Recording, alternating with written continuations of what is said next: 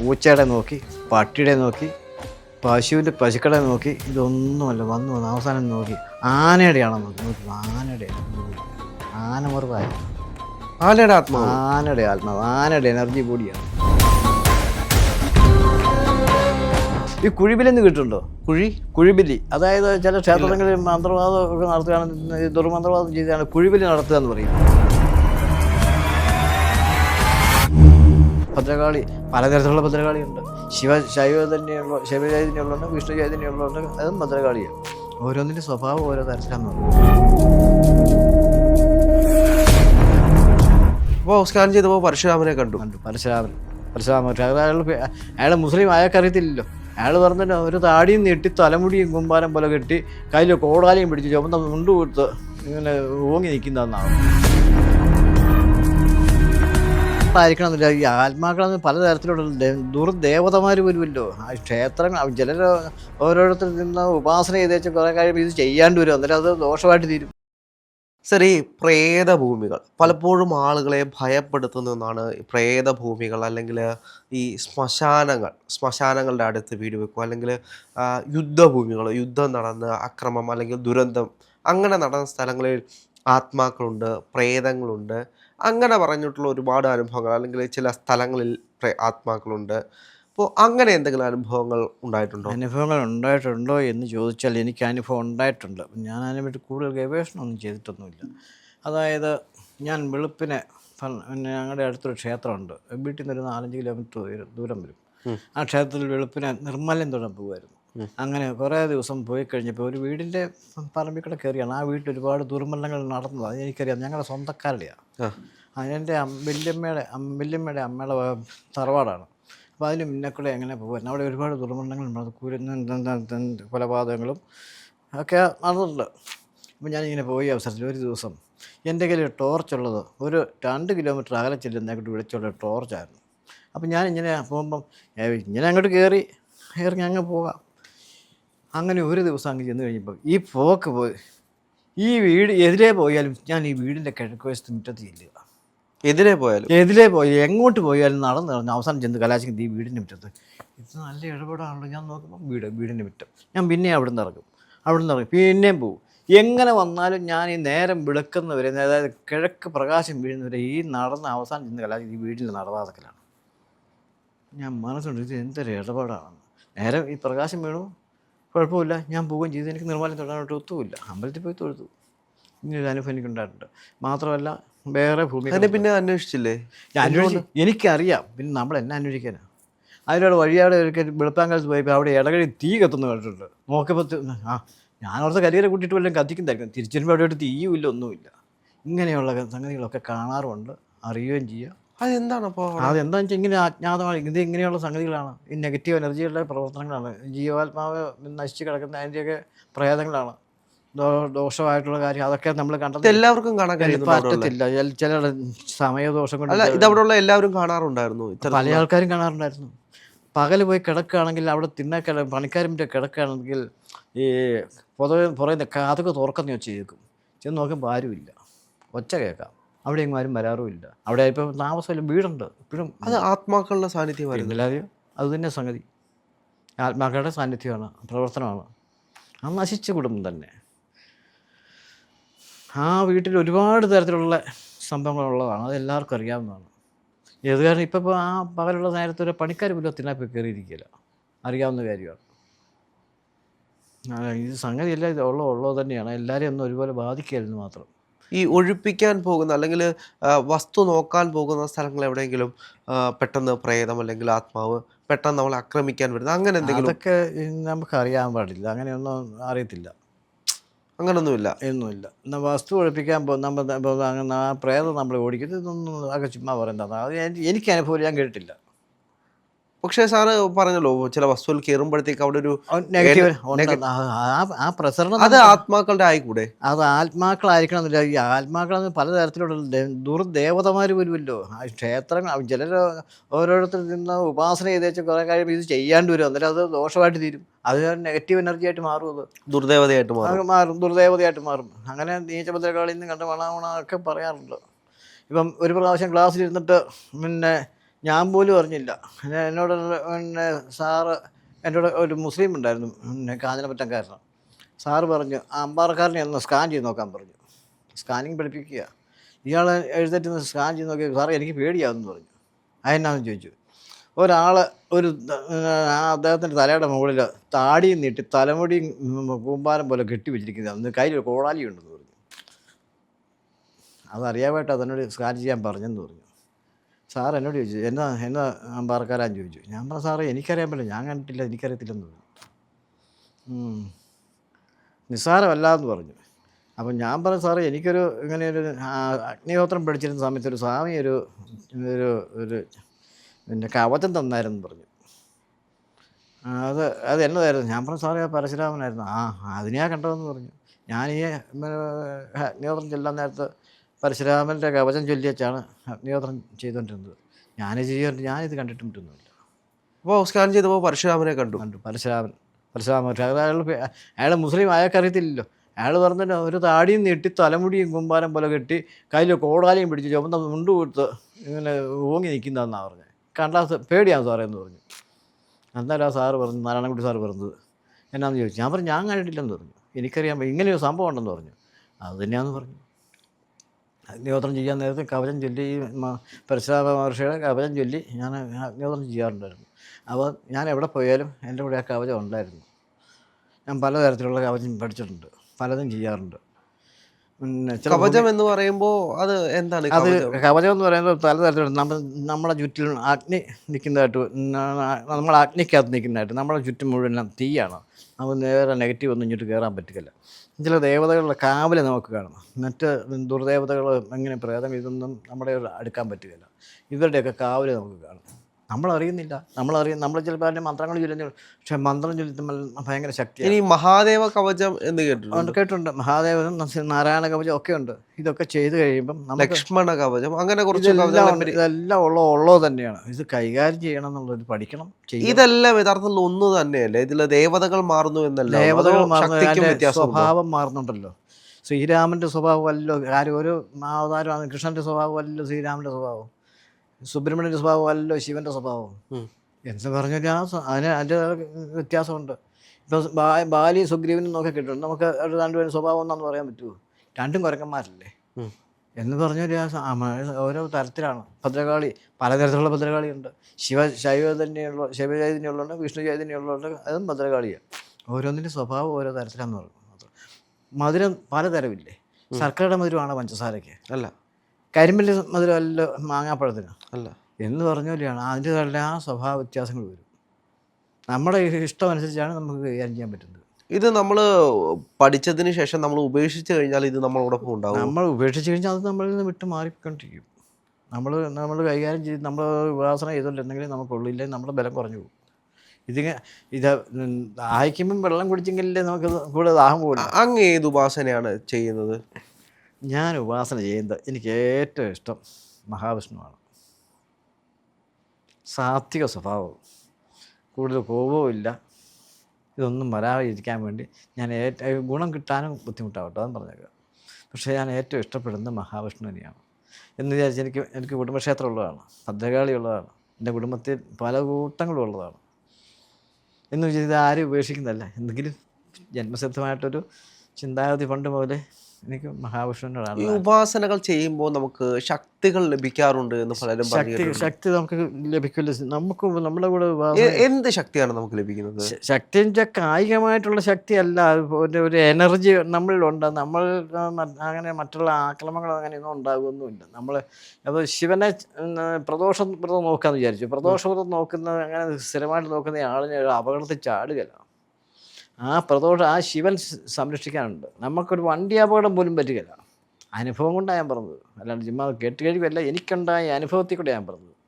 വണ്ടി മുട്ടാൻ വന്നിട്ട് എൻ്റെ വന്ന് വണ്ടി മറിഞ്ഞ സംഭവമുണ്ട്. ആൾക്കാർ ഓടി വന്ന് എന്നാ പറ്റും ചോദിച്ചിട്ടുണ്ട്. അപ്പോൾ എനിക്കൊന്നും പറ്റില്ല, വണ്ടി മറിഞ്ഞ ആളിന് പറ്റി. അത് അന്നേരം ഈ ബുദ്ധിയൊന്നും എനിക്ക് ചെന്നില്ല, ഇന്നതുകൊണ്ടാണെന്നുള്ളത്. പിന്നീടല്ലേ എനിക്ക് മനസ്സിലായത് സംഭവം ഇതാണെന്ന്. എൻ്റെ നാട്ടിൽ വെച്ച് തന്നെയാണ് ബൈക്കിടിക്കാൻ തോന്നുന്നത്. എൻ്റെ കാര്യം തീർന്നു ഞാൻ ഓർത്ത് തൊട്ടടുത്ത് അത് മറിഞ്ഞു പോയി. ആ വണ്ടിയിലിരുന്ന ആളിൻ്റെ കാല് പൊള്ളി. എനിക്കൊന്നും പറ്റിയില്ല. 2 പ്രാവശ്യം അങ്ങനെ സംഭവിച്ചതാണ്. ബൈക്കിൽ കയറി വന്ന് എൻ്റെ അടുത്ത് വന്നപ്പോൾ രണ്ടും മറിഞ്ഞു പോവുകയായിരുന്നു. ഞാൻ ആരുമല്ല സംരക്ഷിച്ച് പിന്നീട് അത് മനസ്സിലാകുന്ന സംഗതി ഇതാണ്.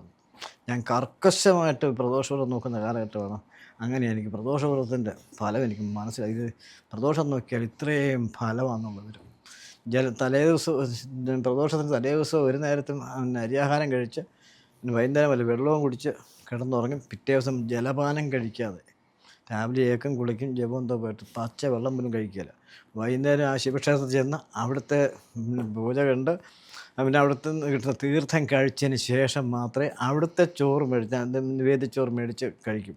അത് ആദ്യം നമ്മൾ ഒരു കറി വെറും മുളകായിരിക്കും, മുളകും ഉപ്പും കൂട്ടി ചില മോരോ വല്ലതും കാണും, അതും കൂട്ടി കഴിച്ചു കഴിഞ്ഞാൽ പിന്നെ ആ പ്രദോഷം ഞാൻ ശനിപ്രദോഷമാണ് നോക്കാറുള്ളത്. ഒരു ശനിയാഴ്ച തുടങ്ങിക്കഴിഞ്ഞാൽ അതിൻ്റെ ഇടയ്ക്ക് അടുത്ത ശനിയാഴ്ചയുടെ ഇടയ്ക്ക് വരുന്ന എല്ലാ പ്രദോഷവും നമ്മൾ കർക്കശമായിട്ട് നോക്കും.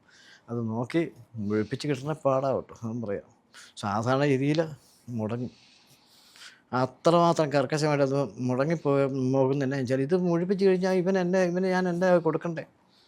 അതുകൊണ്ട് എങ്ങനെയും ഒരു വില വരുമോ, മോഹലാം വരുമോ, മറന്നു പോവുമോ, എങ്ങനെയും ഇതൊന്ന് മുടങ്ങും, വീണ്ടും ആരംഭിക്കും.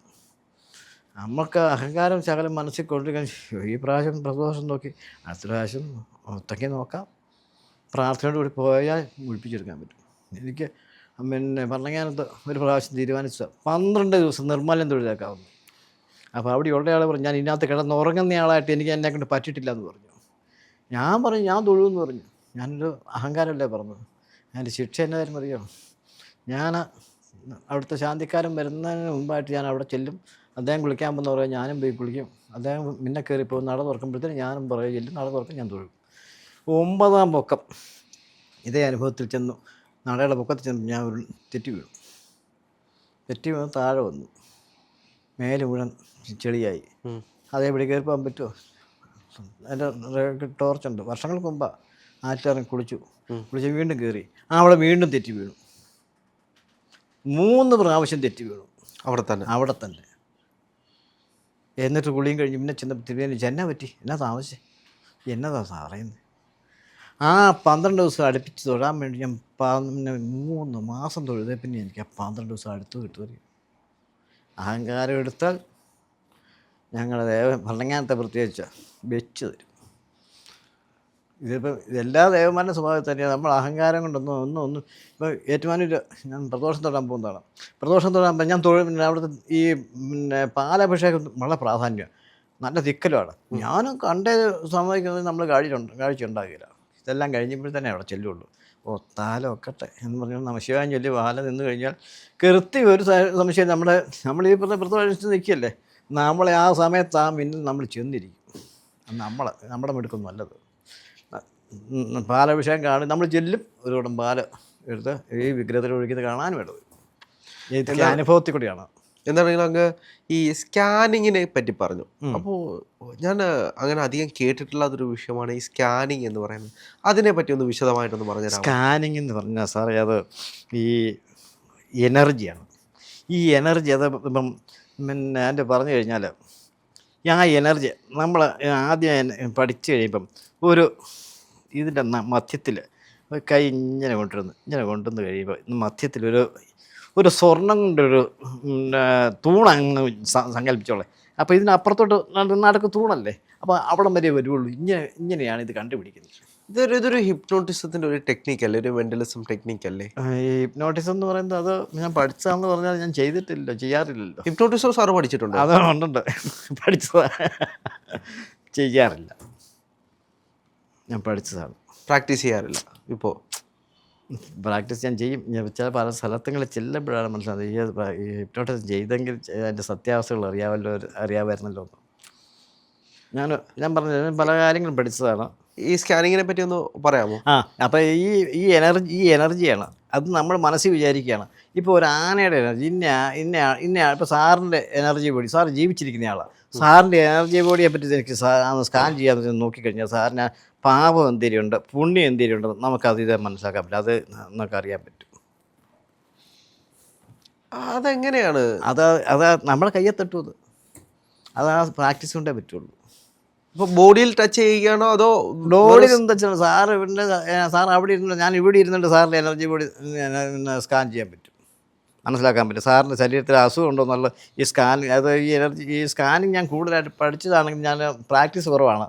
പിന്നെ ഞാൻ പഠിച്ചതിനെ അങ്ങ് പറഞ്ഞെന്ന് മാത്രമേ ഉള്ളൂ. ഇത് ഈ എനർജി ബോഡി സാറിൻ്റെ ശരീരത്തിലുള്ള എവിടെയൊക്കെ അസുഖം എന്തെങ്കിലും ഉണ്ടോ, എന്തെങ്കിലും നമുക്ക് സ്കാനിങ്ങിൽ കൂടെ മനസ്സിലാക്കാൻ പറ്റും. ഇതൊക്കെ ഇന്നോ എന്തിനോ തുടങ്ങിയൊന്നുമല്ല സാറേ, ഇതൊക്കെ കാലങ്ങളല്ല, മഹർഷി ഈശ്വരന്മാരുടെ കയ്യിൽ നിന്ന് കിട്ടുന്ന കാര്യങ്ങളൊക്കെ നമുക്ക് ചെയ്യാൻ പറ്റും. അതിൻ്റെ അനുയാൻ പറഞ്ഞ ഞാൻ താമസിക്കുന്നതിൻ്റെ അടുത്ത്, തൊട്ടടുത്ത് 4 കരയിൽ കയവറയാറുന്നൊരു സ്ഥലത്ത് ഒരു ഒരു പന്നി ഫാമുണ്ട്. അപ്പം ഞാൻ അവിടെ ഈ ക്ഷുദ്രാവിചാരത്തിൻ്റെ കളിയായിരുന്നു. അപ്പോൾ എന്നോട് പല പ്രാവശ്യം ആവശ്യപ്പെട്ട് ഞാനിത് പല പ്രാവശ്യം എടുത്തു കളഞ്ഞു. ഒരു ദിവസം അപ്പോൾ ഇത് കഴിഞ്ഞ് ആളെ അറിയാൻ വേണ്ടി ഈ ഉടമസ്ഥനായി ഈ പന്നി ഫാമിനകത്ത് കാവലായി. അങ്ങനെ കാവലായി കഴിഞ്ഞപ്പം ഒരു ദിവസം ഈ ഫാമിൻ്റെ മുകളിൽ വലിയ എന്തോ വന്ന് വീഴുന്നു, ഫാം കുലുങ്ങുന്നുണ്ട്. അപ്പം വലിയ കല്ല്, ഒരു 50 കിലോ ഭാരം വന്ന് എൻ്റെ മുകളിൽ നിന്ന് വീണാൽ എങ്ങനെ ഇരിക്കും എന്ന് പറഞ്ഞാൽ അന്നേരം സൗണ്ടുമാണ്, പിന്നെ നടുങ്ങുകയാണ്. ഞാൻ അവിടെ ചെന്നപ്പോൾ എൻ്റെ എന്നെ വിളിച്ചിട്ട് പറഞ്ഞു ഇങ്ങനെയൊരു സംഭവം ഉണ്ടായി. എന്താ ഞാൻ മുകളിൽ നിന്ന് വല്ല ആനിക്കാന്നും അല്ല, ഒരു 50 കിലോ തൂക്കം വരുന്ന സാധനം അതിൻ്റെ മുകളിലോട്ട് വന്നു, ഇത് കിടന്ന് കുലുങ്ങുന്നുണ്ടെന്ന് പറഞ്ഞു. നോക്കുമ്പോൾ പിന്നെ ഒന്നും കാണുന്നുമില്ല. ഞാൻ അവിടെ ചെല്ലുമ്പോൾ ഇതേവരെ കണ്ടിട്ടില്ല. ഞാൻ രാവിലെ പലതരത്തിലും നോക്കി, ഞാൻ ചെല്ലുന്ന ദിവസം ഇതില്ല. അപ്പോൾ ഇങ്ങനെ വന്നു, ഇതെല്ലാം മനസ്സിലായി, എനിക്ക് പിടികിട്ടിയില്ല. അപ്പം ഞാനിത് പഠിച്ചുകൊണ്ടിരിക്കുന്ന സമയമാണ്. ഞാൻ ഉടനെ ചെന്ന് സാറിനോട് പറഞ്ഞു, സാറേ ഇങ്ങനൊരു സംഭവം ഉണ്ടല്ലോ എന്ന് പറഞ്ഞു. സാറ് സ്കാൻ ചെയ്ത് നോക്കി, സാറ് ചോദിച്ചു ഈ ഫാമിൻ്റെ താഴെ ഒരു കെട്ടിടം ഉണ്ടോ ചോദിച്ചു. ഉണ്ട്. അത് വള്ളിയെല്ലാം കയറി കിടക്കുന്ന കെട്ടിടമല്ലേ ചോദിച്ചു. അതെ. സാധനം അവിടെ ചെല്ലുമ്പോൾ റോഡിൽ ചെല്ലുമ്പോൾ അത് താഴെ ഇറങ്ങി പോകുമെന്ന് പറഞ്ഞു. അതിനാ സാറേ അത് അവിടെ ഉണ്ടെങ്കിൽ താൻ പിടിക്കും, അതുകൊണ്ടാന്ന് പറഞ്ഞു. താഴോട്ട് ഇറങ്ങി പേടിച്ചിട്ടാന്ന് പറഞ്ഞു പോകുന്നത്. അവർക്ക് നമ്മളെപ്പോലെ അല്ല, അവർക്ക് ത്രികാലജ്ഞാനമുള്ള, അവർ അകലേന്നാ മനസ്സിലാക്കുമെന്ന് പറഞ്ഞത്. ഈ പിടിക്കുന്നവനെ പിടിക്കില്ലാത്തതിനെ കണ്ടാൽ താഴെ പോയി ഒളിക്കുമെന്ന് പറഞ്ഞു. അപ്പം സാറേ അതിന് പിടിക്കാതിരുന്നാൽ ഇത് തന്നെ ശല്യമാണല്ലോ എന്ന് പറഞ്ഞു. ഇങ്ങനെ എന്നും ഇങ്ങനെ ആവണമെന്ന് പറഞ്ഞു. സാറ് പറഞ്ഞത് അറിയാൻ പറ്റില്ല ചോദിച്ചു, എന്നാ ചെയ്യേണ്ടതെന്ന്. അങ്ങനെ അറിയാവുന്ന പോലെ അങ്ങ് ചെയ്യാൻ പറഞ്ഞു. ഞാൻ പഠിപ്പിച്ചു വിട്ടല്ലേ ചോദിച്ചു. പിന്നെ സാർ അതിനെപ്പറ്റി കൂടുതൽ ഇത് എന്നതാണെന്ന് സാറ് പറഞ്ഞില്ല. ഈ എനർജി എന്നാന്ന് പറഞ്ഞില്ല, പോയി കണ്ടുപിടിക്കാനാണ് പറഞ്ഞത്. സാറ് പഠിപ്പിച്ചല്ലേ. ഞാൻ വീട്ടിൽ വന്നിട്ട് ഞാൻ സ്കാൻ ചെയ്ത് നോക്കി. ഞാൻ പെൻറ്റിലും വെച്ച് ഓരോന്നും നോക്കി, ഇത് എന്നതാണ് നോക്കി ഞാൻ പൂച്ചയുടെ നോക്കി, പട്ടിയുടെ നോക്കി, പശുക്കളെ നോക്കി, ഇതൊന്നുമല്ല. വന്ന് അവസാനം നോക്കി ആനയുടെയാണോ നോക്കി ആനയുടെ എനർജി ബോഡിയാണ്. ആനമറുതായ ആനയുടെ ആത്മാവ്, ആനയുടെ എനർജി ബോഡിയാണ്. മറുതാന്ന് പറയും, ആനമറുതാന്ന് പറയും. ആനമറുത, ഇതാണ് സാധനം. അതായത് ആനയുടെ ആത്മാവ് ഒരു ശക്തിയായിട്ട് വരുന്നത്. അതെ, അതാണ് സാധനം. ആ സാധനമാണ് ഈ തൈ പെരക്കി ഇതിന്റെ പൊക്കത്തി വീഴുകയൊക്കെ ചെയ്ത്. അപ്പം സാധാരണ നമ്മൾ മനുഷ്യന്റെ ആത്മാവ് പ്രേതമായിട്ട് വരുന്ന ആനമറുത എന്ന് പറഞ്ഞാൽ എന്നാ സാറേ, ഈ ആനമറുതായി ഉപയോഗിച്ചിട്ട് മന്ത്രവാദികൾ ഉപയോഗിച്ചിട്ട് അവര് ഈ പനപുറത്തുനിന്ന് കേട്ടിട്ടില്ലേ, പനപറിക്കുന്നവരൊക്കെ. അത് ഈ ആനയുടെ പ്രേതം ഉപയോഗിച്ചുകൊണ്ട് ചെയ്യുന്ന പണി. അതൊക്കെ ആനമറുത ആവാഹിച്ചെടുത്ത് ചെയ്യുന്നതാണ്. ആന ചത്രത്തില്ലും അവിടുന്ന് ആവാഹിച്ച് കയറ്റി വിടുന്നതാണ് ഇതൊക്കെ ഉള്ളത് തന്നെയാണ്. ഇത് ഞാൻ ഇതൊക്കെ കണ്ടിട്ടുണ്ട്, കാണാത്ത കാര്യം കണ്ടിട്ടുണ്ട്. ആനമറുതയെ കണ്ടിട്ടില്ല. ഇത് വെച്ചോണ്ടില്ല, ഇതിന്റെ പണികൾ ഞാൻ കണ്ടിട്ടുണ്ട്. ഈ ചെയ്യുന്ന ദുർമന്ത്രവാദങ്ങൾ പിന്നെ ധാരാളം കണ്ടിട്ടുണ്ട്. ഈ കുഴിബിലെന്ന് കിട്ടുന്നുണ്ടോ? കുഴിബിലി, അതായത് ചില ക്ഷേത്രങ്ങളിൽ മന്ത്രവാദം ഒക്കെ നടത്തുകയാണ്, ദുർമന്ത്രവാദം ചെയ്താണ് കുഴിബിലി നടത്തുക എന്ന് പറയും. പറയോത്തെന്ന് കേട്ടിട്ടില്ലേ? പറയോത്ത് നടത്തുക, അതായത് കൊട്ടിപ്പാടി അതിന് ചില പൂജകളും കാര്യങ്ങളൊക്കെ എൻ്റെ ഈ നെഗറ്റീവിനെ ഇല്ലായ്മ ചെയ്യാൻ വേണ്ടി ചെയ്യുന്ന പണിയാണത്. അങ്ങനെ ചെയ്യുമ്പോൾ ഇങ്ങനെയുള്ള സാധനങ്ങൾ പിന്നെ കുഴി കുത്തി മൂടി അതിനകത്ത് ആളിനെ കിടന്ന് അതിൻ്റെ മേളിൽ തീ കത്തിക്ക് ഈ ആൾ അവസാനം ഈ ബോധമില്ലാതെ ഈ പലക തട്ടി ഇറങ്ങി വരിക, ഇതൊക്കെ അങ്ങനെയുള്ള കളികളൊക്കെ ഞാൻ കണ്ടിട്ടുണ്ട്. കാണാത്ത കാര്യമില്ല, ഞാൻ പല പ്രാവശ്യം കണ്ടിട്ടുണ്ട്. അതൊക്കെ നമുക്ക് അത്ഭുതം തോന്നി, ഇത് എന്തൊരു ഇടപാടാണെന്ന് എന്ന് പറഞ്ഞ പോലത്തെ സംഗതികളാണിത്.